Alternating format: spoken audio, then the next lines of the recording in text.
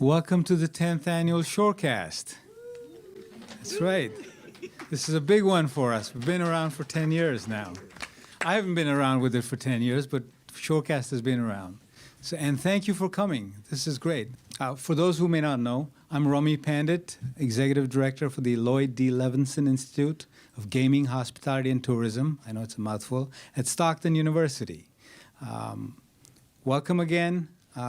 Today we have a couple of things going on. First, we have a speaker, a very well-known speaker, and he's been phenomenal for the area. And you all know him, Anthony Catanoso. Let me just talk about Atlantic City for a minute. Over the last 2 years, I've given speeches in St. Louis, Washington, D.C., Philadelphia, and New York City. I've talked to travel writers, tour operators, travel agents about Atlantic City and what's happening. And in almost every city, the reaction was the same. We had no idea what's going on in Atlantic City right under our noses. Atlantic City's been the victim of some lazy reporting. Look, our numbers were so incredible for so long. Any detraction from that or any downturn in that, they were, the sky is falling. The place is going down the toilet. One guy, I sat with one investor, I'm trying to raise money for the pier. He said, "Are you kidding me?" He goes, "Look at that place. In 5 years, you're looking at Beirut." Now, that's the term he used. I said, "That's not the case. You have to look at the numbers." But they weren't looking at the numbers. So, here's my thing. I said, look, if 40 years ago, the original proponents of casino gaming came to us and said, listen, in 40 years, you're going to have the second largest gaming market in the country.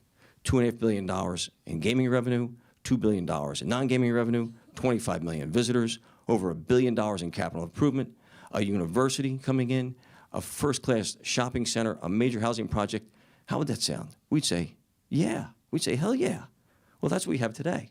The problem is we were actually almost double that for a while.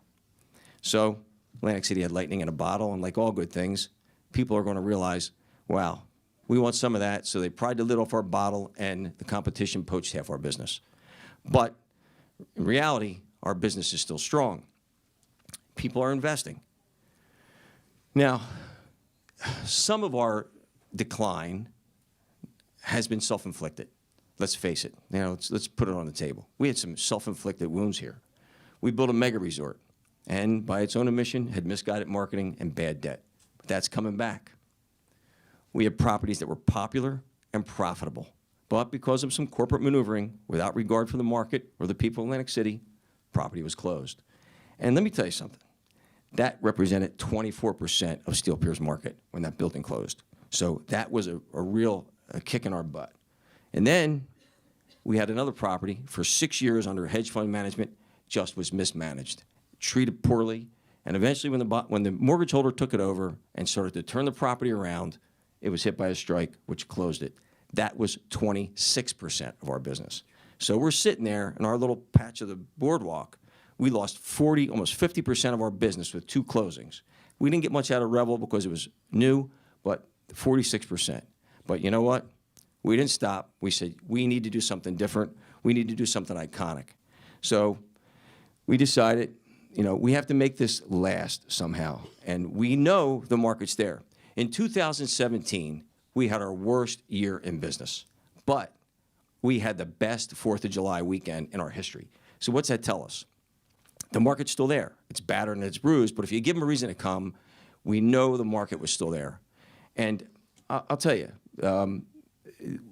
we really could see through all of our demographics, our exit surveys, that people still wanted family entertainment, still wanted something different from casinos. So this brings us to the observation wheel. We knew in Atlantic City that we needed an iconic attraction, something that had to be bigger, better, less seasonal, and something that people of all ages can enjoy. So the observation wheel seemed like the obvious answer. In closing, I have to tell you, the wheel has opened up to, and it's meeting all our expectations. Our ridership is great.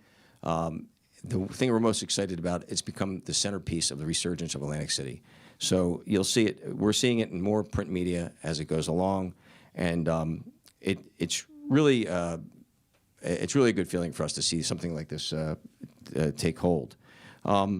So I would invite all of you to come out and take a stroll on the boardwalk and ride the ride. Even if it's a little cold or a little warm, we'll take care of you because it's climate controlled. And just enjoy the Atlantic City, which is the original world's favorite playground. But thank you for your time. I appreciate it. And folks, I'm certain that the wheel is going to do for Atlantic City what the eye has done for London. So good job, Tony. It's going to work.